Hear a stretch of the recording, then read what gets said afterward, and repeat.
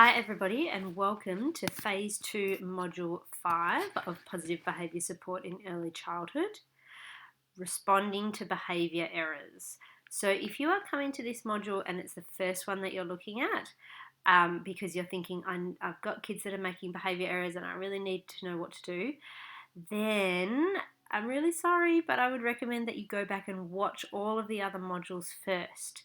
There's a reason that we left this to the second day to module 5, so there's 10 other things before this, because if we start by looking at kids' behaviour errors, then we're going to get a lot more of them. What we need to do is start by the prevention strategies and the promotion of good behaviour, and then we can look at what to do when kids make behaviour stuff-ups, and that's fine. But if we don't have prevention of problem behaviour and promotion of positive behaviour in first, we're going to spend a lot of time responding to errors. And it's much more enjoyable for us and much more beneficial for the kids for us to be responding to behavioural success rather than behavioural errors. So I would strongly recommend that you go and look at Phase 1, all of the modules, and Phase 2, all of the other earlier modules before you come to this module. That said, this is often what brings people to positive behaviour support is, what do I do for those kids that make behaviour errors and behaviour stuff-ups? So let's launch in. So this is Module 5 of Phase 2. We want to first use encouragement, active supervision and behavioural choice before we think about how am I going to respond to behaviour errors in ways that are both effective in changing the behaviour and supportive for the children in our care. So we want to acknowledge the people that created all of this wonderful content, Missouri, the Pyramid Model and the PBIS National Technical Assistance Centre for all of their support and resources. Okay, so I want to start with a question. The question is, why do kids make behaviour errors? So I want you to put on a timer. I want you to put that timer on for 5 minutes. I want you to press pause on this video and have a discussion amongst your group. Why do you think children make behaviour errors? So press pause now for 5 minutes.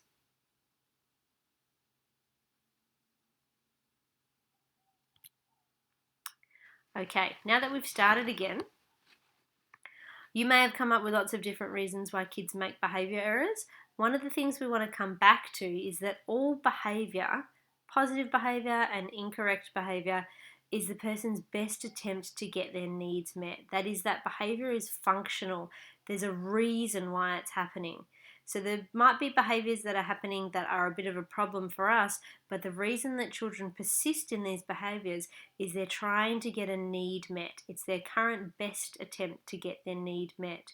So we've always got to have that functional lens when we're trying to think about why is this behaviour happening. So why do kids make social behaviour errors in getting their needs met? Generally, it breaks down into two different reasons. Either the kid is not able to do it, they have a skill deficit. So why can't a 4-year-old sit through a 2-hour school assembly? Because they're 4, they just can't do that. They just can't sit still and quietly for that long. So the kid might not have the knowledge or the ability to use that behaviour, or they might not know that they're supposed to do particular things in particular places. So, for example, if a child has never been into a library before, walks into a library and uses a loud voice, that may not be because they're a bad kid. We don't believe in things like that. It might be because they just don't know they're supposed to use a quiet voice in a library. So they might not have the skill. They might not be able to do it, or they might not know that they're supposed to do it. Or they might have a performance deficit, so not understanding why it's the right thing or why I should use this skill. So they might know how to do it, but they might not see why they should do it that way. So for example, running is a lot more fun to most kids than walking safely and quietly. So if we want our kids to walk safely and quietly inside, but there's something really, really cool outside and they really want to get to it quickly because they're little and they run, they might not see why they should walk. It's up to us to teach them why it's better to be safe and walk inside. They might not understand why they should do that, why they would want to do that. And so both of these deficits, whether it's the child doesn't know what to do or whether they don't kind of see why they should do that, it requires us to teach and reinforce to get them to do those things. We have some other assumptions about behaviour. Behaviour that challenges us usually has some sort of a message in it. So often that message can be about the child being bored or about being sad or something that they won't often tell us in words. Often behaviour has some sort of a message and is a way of the child trying to communicate with us. Another assumption about behaviour is that kids who use challenging behaviour often don't have the social skill or the communication skill that they need to do it the better way. So when we say use your words, that sometimes is not very helpful for kids who don't have the words that they need to use, who don't know how to do those things. So kids who exhibit frequent challenging behaviour, often there is a social skill issue or a communication skill issue that is underlying why they're not using the other behaviour that we would like them to use instead. Another assumption that we have is that behaviour that keeps happening again and again and again is usually in some way working for that child. It's functional. It's helping them to get their needs met. A behaviour that happens once is really difficult to work out why the child is doing it, but behaviour that happens again and again generally has a function to either get something or to avoid something. And the things that the person is trying to get or avoid could be attention, could be objects or activities, or could be sensory input or stimulation. So I want you to keep this in your mind, this idea that all behaviour is to try and get something or get away from something and what it might be. And I want you to go to this next video. You can see the YouTube link is here. So I want you to play this video and consider, is this a get or avoid behaviour, and what do you think the person might be trying to get or avoid? That's called making a functional hypothesis. So what is the function of this behaviour? What is our best guess about the function of this behaviour? So press pause on these slides now. You can take this hyperlink out of the slides or you can take it out of the handout that goes along with these slides. We'll make sure that it's in there. And watch this video and come up with your functional hypothesis.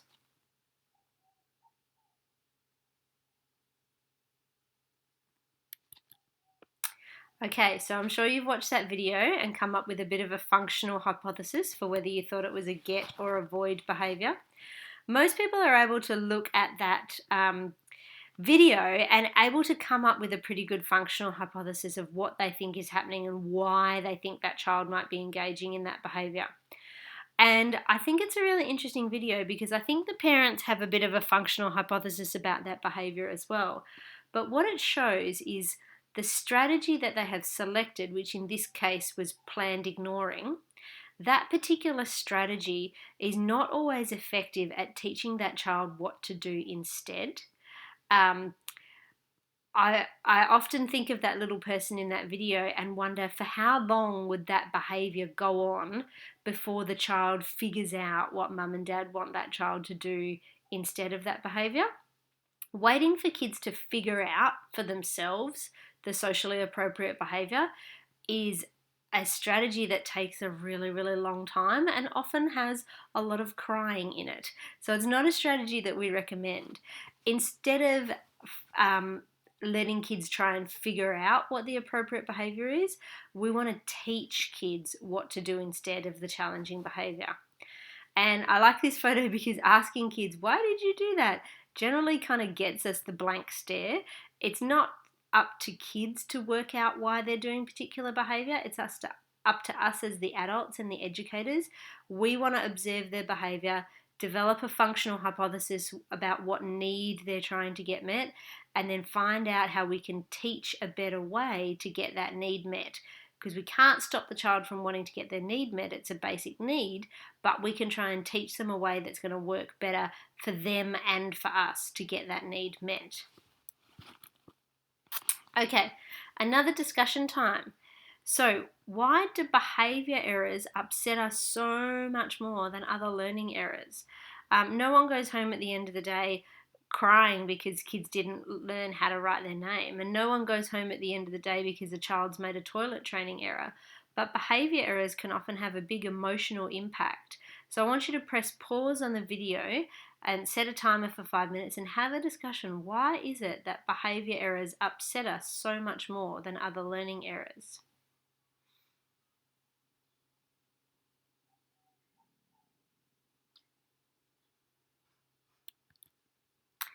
Okay, hopefully you've been able to have a talk about behavior errors and the effects that they have on us. And that's why we want to emphasize the importance of prevention, because behavior errors do have an emotional impact on us as educators. So we want to prevent behavior errors from happening whenever we can, because responding to them, yes, we can try and do that in more effective ways, but it's so much better to prevent them from happening instead. So when we have kids that are making repeated behavior errors, or we have a lot of kids making the same behavior error, we want to stop and assess, have we taught the kid, have we considered what we want the kids to do instead? Have we defined that? And do all of the adults expect the same thing from the children in this particular setting or at this time? Have we actually taught our children how to do what we want them to do in formal lessons and as well as incidental teaching? And are we encouraging the kids that get it right? Are we using lots of encouragement when kids are successful in their behaviour? If we do these things, we can prevent a lot of those upsetting behaviour errors from occurring. Okay, so getting into corrections. I found this graphic and I've given you the hyperlink for where you can go to collect this graphic. I want to talk about the idea of a relationship bank account that we have with the children in our care. So we have this kind of relationship bank account concept in all of our different relationships, and it's basically the positive times or the positive interactions that we have minus the negative interactions or the corrective interactions that we have. That kind of equals the balance in our relationship bank account. So we have things that we do that can put deposits into our relationship bank account and things we can do that take out of our relationship bank account. So a thing that deposits money into our relationship bank account is those positive interactions that we have with kids, the specific positive feedback, and giving attention when kids are engaged in the right behaviour. When we do that, that's a form of deposit into our relationship bank account. So things that we can do that put into our relationship bank account are giving that specific positive feedback, lots of non-contingent attention, so the care and attention we give to kids that they didn't have to earn from us with the behaviour, using active listening, wait time, reflection, all of those things. When we come to correcting kids' behaviour, it is a deduction, it is a withdrawal from our relationship bank account. It's okay to do it, but if we just focus on correcting and getting kids to stop doing things, then it's going to end up with a really negative relationship bank account. So we want to, it's okay to say, hey, stop that please. If kids are doing something like tipping sand on another kid's head or belting someone else, it's okay to do that. But it is a withdrawal out of our relationship bank account. So we need to concentrate on making the deposits at the same time if we've got to do these corrections for behaviour. All right, so getting into specific strategies for responding to behaviour errors, there is information on these on your handouts. There are 3 main strategies that we're going to draw people's attention to. The question with using these first 2 strategies is, do I know that the child knows what to do instead? Because ignore, attend, praise, and redirect in particular rely on the fact that the kid knows what to do and we're just reminding them. The third strategy is if the kid doesn't know what to do. So we need to ask our question, how do I know that the kid knows what to do? But when we're selecting the proper strategy for the child. So strategy 1 is ignore, attend, praise, and that uses the power of praise or positive feedback to the kid next to the child who's doing the problem behaviour. So you find, so when you have a child A who's doing the wrong thing, you find child B next to them and you give the specific positive feedback to child B. So you almost planned ignore child A, so you can only do this if it's a little problem behaviour. You can't do this if someone's getting hurt. But you praise the child next to them with specific positive feedback in the hope that the child who is making the error goes, oh, hello, I know what to do now, and that's what I'm going to do. It's really important that when child A, who is making the error, does the right thing, we praise them up as well. We don't just wait for the behaviour to happen and then ignore it. When they get it right, then we give them some specific positive feedback. So an example of the ignore, attend, praise strategy is let's say that Lily is not scraping her plate into the chook bucket. She's wandering around and possibly just going to leave her plate on the table. But we have James who's doing the right thing. So we would comment on James, we would ignore Lily's wandering around, we would attend to James and praise him up. So we'd say, oh, James, I love how you're scraping your plate into the chook bucket.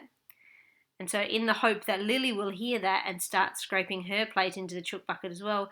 And then we praise up Lily. Thanks, Lily. I can see you scraping your plate into the bucket too. So she's getting that specific positive feedback, that praise. So ignore the problem behaviour, attend to the child next to the child who's doing the error, praise up the child who's doing the right thing, and then praise up the child who becomes successful after you've used that strategy.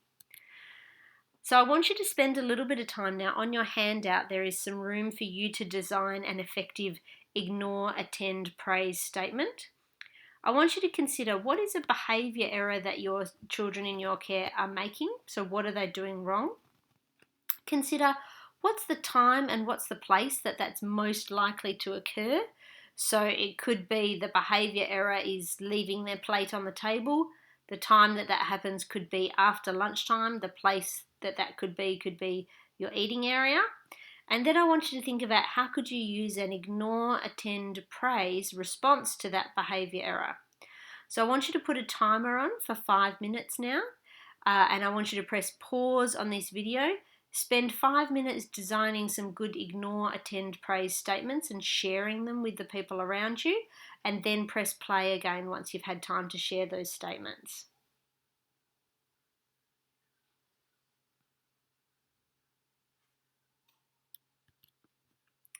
Okay, so the first strategy was ignore, attend, praise. The second strategy is redirect.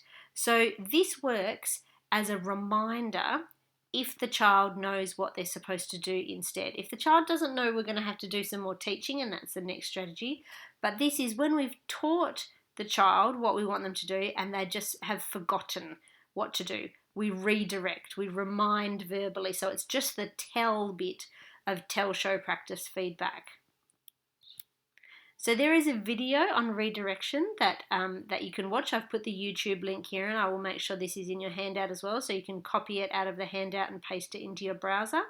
I'd suggest that you watch this redirection video now because it's got some really great examples of different types of redirection that you can do for just the tell to redirect kids to what we want them to do instead.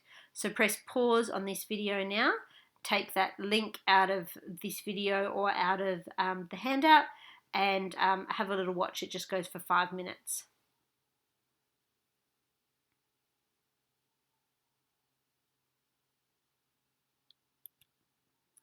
Okay, now that you've seen the redirection video and seen some examples of different redirection statements, I want you to consider when are you currently using statements that are maybe don't statements, which it's really hard to don't. It's hard to don't run. And what can we do instead? How can we be specific about what behaviour we want kids to do? And can we link that to our service behaviour expectations? So instead of saying don't run, we could say walk please, that's being safe. Or we could say walk, thank you for being safe. It's what we want kids to do instead. So we want to have a do behaviour. What's the behaviour that we want them to do and which expectation does that go with? Because we don't have rules for no reasons. We always have specific behaviours because they fit with our expectations of how we want kids to be in our service. So set a timer for another 5 minutes. I want you to press pause on this video and go through this planning activity on the back of your handout. How can you use some effective redirection statements for problem behaviours that are coming up in your service? So set the timer and press pause for 5 minutes.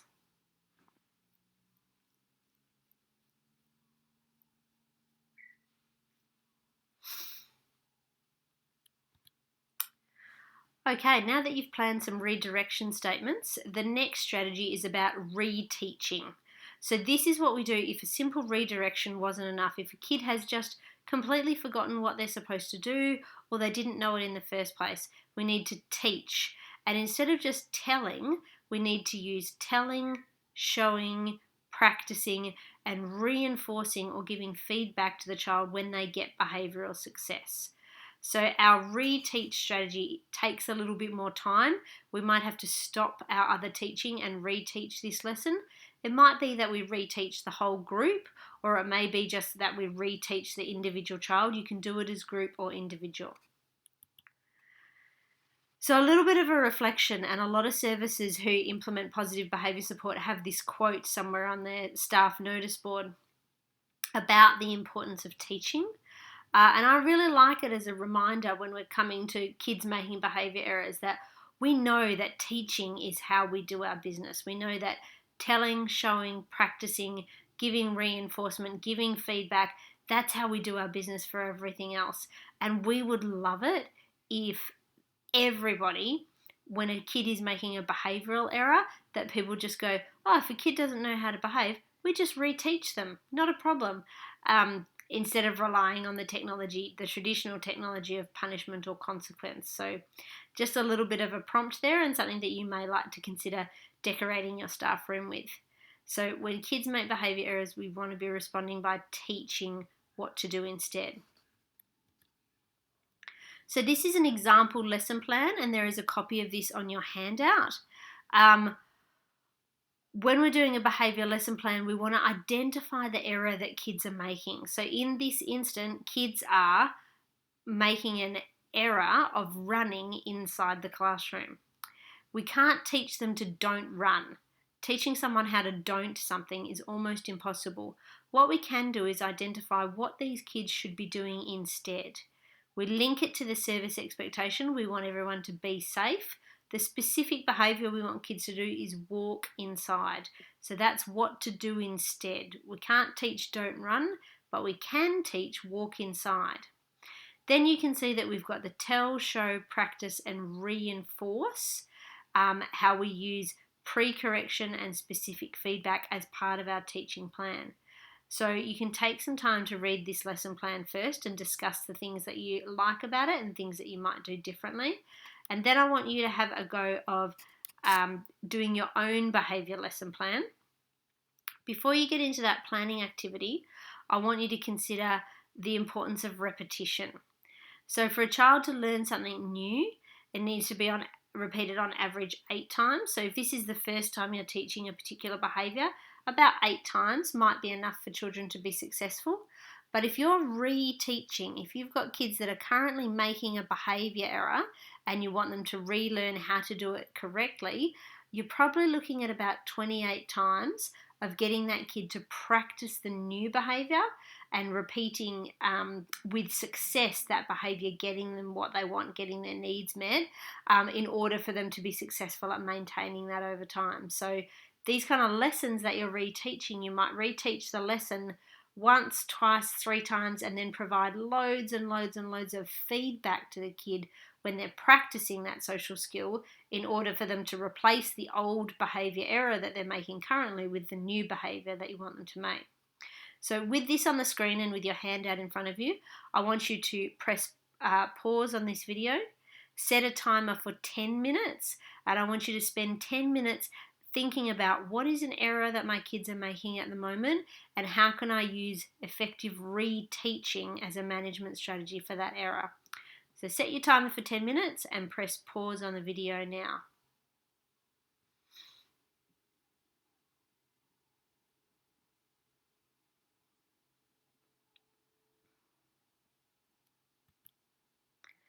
Okay, hopefully you've had time to plan some effective responses for when children make behavioural errors. And we just want to highlight to you phase 3 of training.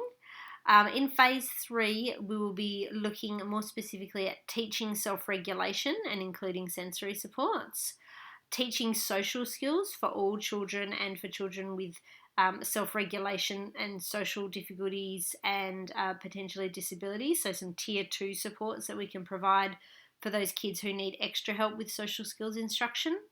We'll also be looking at highly intensive individual support planning, which we would call Tier 3, or individual support plans or individual inclusion plans that use a structure called Prevent, Teach, Reinforce. So that's going to be phase 3. If somebody has not been able to attend phase 1 or phase 2, they're still welcome to come to phase 3, but it's a lot more effective to focus on prevention first before we focus on these kind of strategies. So that's it for the phase 2 modules. Thank you very much for being part of this training. We hope that these strategies are helpful to you in supporting the children that you care for, and we look forward to seeing you next time. Thanks so much.